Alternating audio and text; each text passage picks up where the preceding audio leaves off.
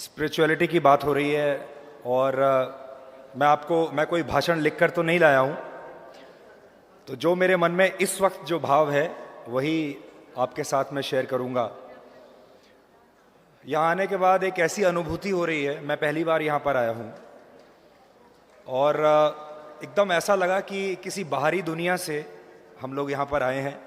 एकदम अलग दुनिया है और ऐसा लग रहा है कि हम लोग किसी बहुत गरीब देश से आए हैं और अचानक से किसी अमीर देश में आ गए हैं। तो स्पिरिचुअलिटी की बात हो रही है, तो यहाँ आने के बाद मैं आपके साथ बहुत ईमानदारी के साथ ये स्वीकार करूँगा कि स्पिरिचुअलिटी के मामले में मेरे जैसे जो लोग हैं, हम लोग काफ़ी, मैं कहूँगा, बिलो पॉवर्टी लाइन है। आप सबके मुकाबले इतने ज्ञानी लोग यहाँ बैठे हैं मंच पर। इन तमाम लोगों के सामने मैं स्पिरिचुअलिटी के बारे में क्या कह सकता हूँ? मुझे लगता है मैं बहुत छोटा हूँ उसके लिए। लेकिन मीडिया में काम करने के नाते आपके साथ अपने अनुभव मैं ज़रूर शेयर कर सकता हूँ। और इतने साल मीडिया में काम करने के बाद मुझे ऐसा लगा कि हमारे देश में हमारी सेना है जो हमारे देश की रक्षा करती है। तो हम कहते थे कि हमारी इंडियन आर्मी है जो हमारे बॉर्डर्स की रक्षा करती है। उसके बाद एक नया शब्द आजकल यूज़ होने लगा है, ट्विटर सेना, यानी सोशल मीडिया की सेना। वो भी बहुत एक्टिव होती है आजकल। लेकिन यहाँ आने के बाद ऐसा लगता है कि हमें एक देश में इस वक्त एक स्पिरिचुअल सेना की बहुत ज़रूरत है, एक स्पिरिचुअल आर्मी।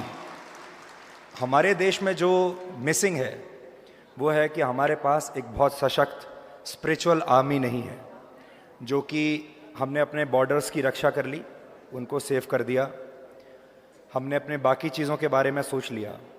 लेकिन इस देश में जो 130 करोड़ लोग हैं, उनके मनोबल की रक्षा कौन करेगा, उनके चरित्र की रक्षा कौन करेगा, और उनके मस्तिष्क में जो विचार आ रहे हैं उसके बारे में कौन सोचेगा और उनकी रक्षा कौन करेगा?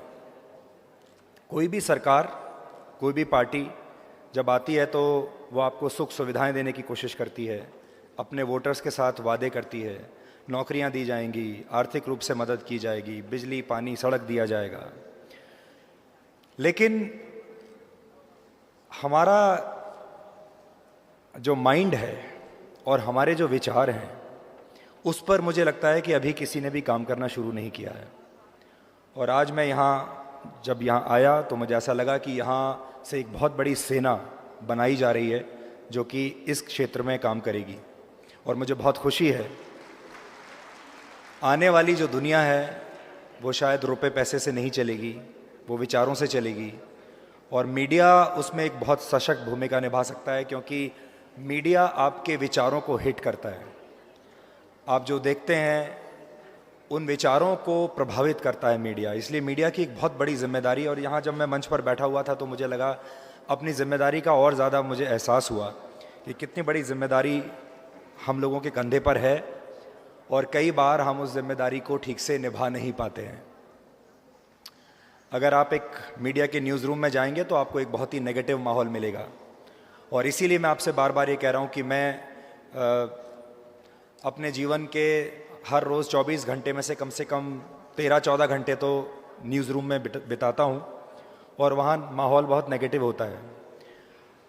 दुनिया भर के मीडिया में अगर कोई दुर्घटना होती है और उस दुर्घटना में कितने लोग मारे जाते हैं, जितने ज़्यादा लोग मारे जाते हैं वो उतनी बड़ी हेडलाइन बनती है, उसको उतनी ज़्यादा तवज्जो दी जाती है, उसके ऊपर उतना ज़्यादा काम किया जाता है। और इसीलिए मैंने आपसे कहा कि जब मैं यहाँ आया, इस हॉल में हज़ारों की संख्या में लोग मौजूद हैं, तो एक जो आपने देखा होगा कि आप किसी को मिलते हैं तो आपको नेगेटिव वाइब्स आते हैं, और कहीं किसी जगह पर आप जाते हैं तो आपको एक पॉजिटिव वाइब्स आते हैं।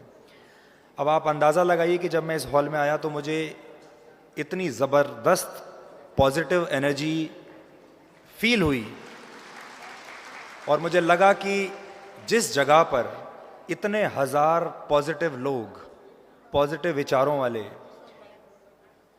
अच्छी आत्माएं जहां मौजूद हों, वो जगह कितनी पवित्र होगी और यहाँ से कितनी सारी एनर्जी, मेरे जैसे जो लोग हैं, मैं बार बार हवा में से उस एनर्जी को अपने अंदर इनहेल करने की कोशिश कर रहा हूँ, ताकि, और कोशिश कर रहा हूँ कि ये जितना मैं इनहेल करके ले जाऊँ यहाँ से, ये ज़्यादा से ज़्यादा दिनों तक मेरे अंदर चले, मेरे मस्तिष्क में चले जब मैं दिल्ली वापस पहुँचूँ।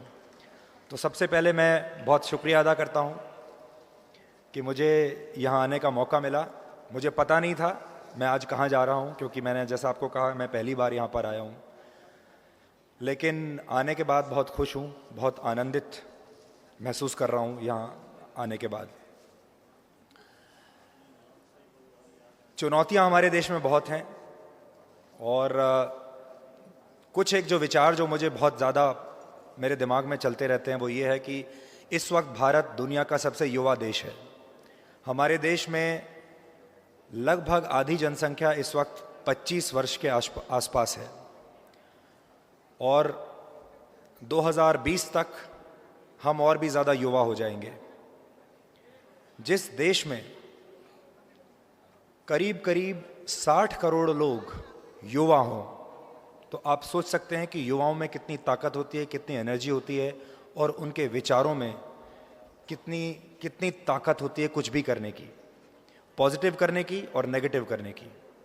डर यहाँ लगता है कि अगर आपके पास 50-60 करोड़ यूथ है और अगर वो यूथ स्पिरिचुअलिटी से दूर चला गया, अगर वो पॉजिटिव एनर्जी से नेगेटिव एनर्जी की तरफ चला गया, अगर वो संतुष्ट होने की बजाय असंतुष्ट होने लगा, अगर वो डिस्ट्रक्टिव होने लगा, तो जिस ताकत को हम ये समझते हैं कि हम इस ताकत के बल पर आने वाले वर्षों में सुपर पावर बन जाएंगे, बहुत बड़ी शक्ति बन जाएंगे दुनिया की, वो पावर असल में, वो ताकत एक ज्वालामुखी बन जाएगी अगर उसको सही तरीके से इस्तेमाल नहीं किया तो। और यही कारण है कि इतनी बड़ी ताकत के ऊपर हम लोग बैठे हुए हैं और हमें कोशिश ये करनी होगी कि उस ताकत को हम कहीं ज्वालामुखी किसी भी कीमत पर ना बनने दें। और ये काम में ऐसी संस्थाएं बहुत बड़ा रोल निभा सकती हैं, बहुत बड़ी भूमिका निभा सकती हैं। इसलिए जहां आज हम खड़े हैं, हम लोग, आप लोगों को सशक्त करने की ज़रूरत है, आप लोगों को और ज़्यादा ताकत देने की ज़रूरत है। जो दादी माँ हैं यहाँ इतना अच्छा काम कर रही हैं, उनको और ज़्यादा ताकत देने की ज़रूरत है। मैं अभी आते हुए बहुत सारी चीज़ें अपने फ़ोन में पढ़ रहा था और सोच रहा था कि मैं जब आऊँगा आपके सामने तो मैं क्या बोलूँगा। कैमरे के सामने बोलना यहाँ बोलने के मुकाबले मुझे काफ़ी आसान लगता है।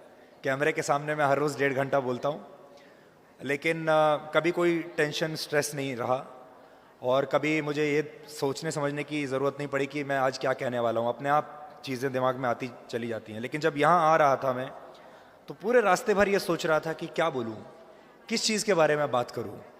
DNA टेस्ट तो हम हर रात को करते ही हैं जी न्यूज़ पर, लेकिन आज क्या किया जाए, क्या नया किया जाए। और मेरे लिए भी एक बहुत बड़ी चुनौती थी कि क्या नया किया जाए। 1.5-2 घंटे मैंने बहुत माथापच्ची की, बहुत सारे नोट्स बनाए, फिर सब नोट्स को मैंने रास्ते में फेंक दिया। और मैंने ये सोचा कि मैं यहाँ आने के बाद जब आपसे मिलूँगा, रूबरू होऊंगा, तब मैं आपसे जो मेरे मन में विचार आएंगे वो आपके सामने रखूँगा। एक उदाहरण मुझे याद आ रहा है। एक कॉलेज में एक प्रोफेसर एक क्लासरूम में गए और उन्होंने एक जार बच्चों के सामने रखा। उस जार में उन्होंने सबसे पहले टेबल टेनिस की जो छोटी बॉल्स होती हैं वो डाली, और जब वो जार उन बॉल्स से भर गया तो उसके बाद प्रोफेसर ने बच्चों से पूछा कि क्या ये जार अब भर चुका है। क्लास के बच्चों ने कहा हाँ भर चुका है। उसके बाद उस प्रोफेसर ने उस जार में छोटे छोटे जो कंकड़ हैं उसका एक थैली खोली और उस जार में वो सारे कंकड़ भर दिए। बहुत सारे कंकड़, पूरी थैली उस जार में फिर से आ गई। प्रोफेसर ने बच्चों से पूछा क्या अब भर चुका है। बच्चों ने कहा अब तो भर चुका है, अब इसमें कोई जगह नहीं है। उसके बाद प्रोफेसर साहब ने एक रेत की थैली खोली और उस जार में वो पूरी रेत की थैली उड़ेल दी, यानी उसमें और भी जगह बची थी। उसके बाद उन्होंने पूछा जार भर चुका है। बच्चों ने कहा इस बार तो जार भर चुका है, अब इसमें कुछ नहीं आ सकता। उसके बाद प्रोफेसर साहब ने एक चाय की 2 प्याली ली, 2 कप चाय, और उस रेत से भरे जार में 2 कप चाय और डाल दी। वो चाय भी उसमें समा गई। फिर प्रोफेसर साहब ने पूछा अब जार भर चुका है। तब बच्चों ने कहा हाँ अब जार भर चुका है, अब इसमें कुछ नहीं आएगा। लेकिन उन्होंने जो बात समझाई वो मुझे आज भी याद है। मैंने इसको कहीं पढ़ा था, ये मेरे मौलिक विचार नहीं है, लेकिन मैंने पढ़ा और मुझे ये हमेशा याद रह गया। और तब उन्होंने कहा कि जार को एक जीवन समझो, और जो टेबल टेनिस की जो बॉल्स हैं वो आपके जीवन में सबसे महत्वपूर्ण चीज़ें हैं। और आपके जीवन में सबसे महत्वपूर्ण चीज़ क्या है? आपका परिवार, आपके बच्चे, आपके मित्र, और आपके जीवन में कुछ भी बड़ी चीज़ जो आपको खुशी देती है। हो सकता है आपको पौधों में पानी देना बहुत अच्छा लगता हो, वो भी आपको बहुत खुशी देता हो। ये वो टेबल टेनिस की बॉल्स हैं। उसके बाद जो छोटे छोटे कंकड़ हैं, तो उन्होंने कहा ये जो छोटे छोटे कंकड़ हैं ये दूसरे नंबर की चीज़ें हैं, जैसे तुम्हारी नौकरी, जैसे तुम्हारे घर में कार, आपके घर में कोई अप्लायंसेस, आपका मकान, या भौतिक वस्तु हैं जिनको आप शायद दूसरी प्रायोरिटी में रखेंगे। और उन्होंने कहा जो रेत है वो रेत बेकार की चीज़ें हैं, जैसे ईर्ष्या, एक दूसरे से जलना, गुस्सा, या और बेकार की चीज़ें जिनके ऊपर हम ध्यान देते हैं। तो उन्होंने इस तरीके से बच्चों को समझाया। लेकिन उसके बाद किसी बच्चे ने कहा कि प्रोफेसर साहब ये सब तो ठीक है, लेकिन वो 2 कप चाय क्या थी? तो उन्होंने कहा कि वो जो 2 कप चाय है वो ये है कि आपका जीवन कितना भी परिपूर्ण क्यों ना हो जाए, आप सब कुछ अपने जीवन में अचीव क्यों ना कर लें, लेकिन अपने प्रिय मित्र के साथ 2 कप चाय पीने की जगह ज़रूर छोड़िएगा, 2 कप चाय पीने का वक्त अपने जीवन में ज़रूर बचा कर रखिएगा। ये वो 2 कप चाय है। तो ये एक उदाहरण था जो मैं आप सबके साथ शेयर करना चाहता था। बहुत सारे लोग होते हैं जो मेरे जैसे जो लोग हैं, अगर आप उनको सरलता से कोई बात बताएं, क्योंकि मैं कम्युनिकेशन का व्यक्ति हूँ, मीडिया का व्यक्ति हूँ, इसलिए आपसे कह रहा हूँ, बहुत बार हम लोग जो कहना चाहते हैं शायद कह नहीं पाते, या तो हमारी भाषा बहुत मुश्किल हो जाती है, या हमारे विचार जब हम प्रकट करते हैं तो वो थोड़े मुश्किल हो जाते हैं, सब लोगों के लिए समझने में दिक्कत होती है। लेकिन अगर आसानी से कोई बात समझाई जाए तो वो लोगों को बहुत अच्छे से, बहुत प्यार से समझ में आ सकती है। पिछले हफ्ते यूनाइटेड नेशंस ने एक वर्ल्ड हैप्पीनेस इंडेक्स जारी किया था। उसमें 155 देशों को उन्होंने रखा था, और 155 देशों में हमारे देश का जो नंबर था वो 122वां था। यानी खुशी के मामले में, प्रसन्नता के मामले में हमारा देश 122वें नंबर पर है।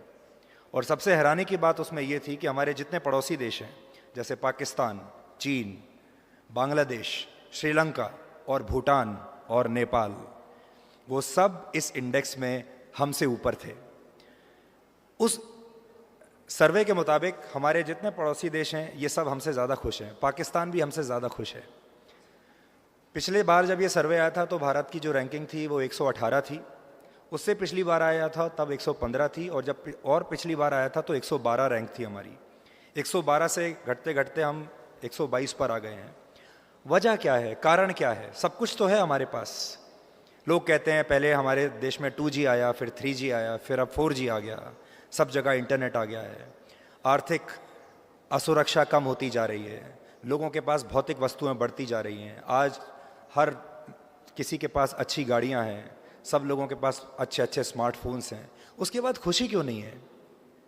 ये बहुत बड़ा प्रश्न है कि एक दिन हो सकता है हम कागज़ों पर सुपर पावर बन जाएंगे, लेकिन उस दिन जब हैप्पीनेस इंडेक्स आएगा तो हो सकता है हमारा देश और भी नीचे चला जाए। ये एक ऐसी चीज़ है, कोई भी राजनीतिक पार्टी अपने मैनिफेस्टो में इसको रखती नहीं। कभी किसी राजनीतिक पार्टी में ने अपने मैनिफेस्टो में कभी ये नहीं कहा कि हम ये देखेंगे कि लोग खुश कैसे रहें। हमारे देश में कोई भी मिनिस्ट्री ऑफ हैप्पीनेस नहीं है। एक अलग मंत्रालय अगर हैप्पीनेस को बनाया जाए तो कैसा रहेगा? कोई फोर्स ऐसी नहीं है जो इस वक्त इस चीज़ पर काम करे कि देश खुश कैसे रहेगा। और देश ये मोबाइल फ़ोन से खुश होने वाला नहीं है, कारों से खुश होने वाला नहीं है, सैटेलाइट छोड़ने से खुश होने वाला नहीं है। शायद खुशी की जो जिसको कहते हैं कुंजी, वो कहीं और छुपी हुई है, और उस कुंजी को हम ढूंढ नहीं पा रहे हैं। मैं कभी कभी कोशिश करता हूँ, लेकिन मेरे जैसे व्यक्ति के पास तो टाइम ही नहीं होता खुश होने का या दुखी होने का। लेकिन जब कभी ऐसे आंकड़े आते हैं तो मुझे बहुत दुखी करते हैं। तो आज आप सबके सामने एक प्रश्न छोड़ के मैं जा रहा हूँ, और वो प्रश्न यही है कि देश में अगर इतनी आर्थिक तरक्की हो रही है, देश अगर इतना आगे बढ़ रहा है, अगर ज़्यादा लोग पढ़े लिखे होते जा रहे हैं, स्कूल कॉलेज खुलते चले जा रहे हैं, बिजली सड़क पानी, नई नई एयरलाइंस, हवाई जहाज़, तनख्वाहें बढ़ती जा रही हैं, तो फिर हमारा देश खुश क्यों नहीं हो रहा है? और खुश होने के लिए हमें क्या चाहिए? अगर ये सब कुछ चाहिए होता खुशी के लिए तो शायद आज हम कहीं ज़्यादा खुश होते।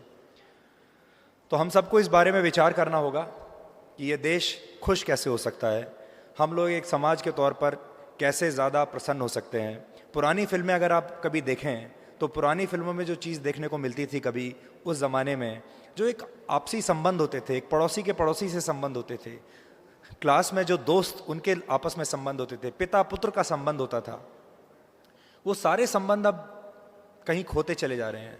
संबंध सिर्फ एक जिसको कहते हैं कि एक जैसे जन्म प्रमाण पत्र होता है, बस प्रमाण पत्रों के लिए वो संबंध रह गए हैं। स्कूल में एडमिशन के लिए, कॉलेज में एडमिशन के लिए संबंध रह गए हैं।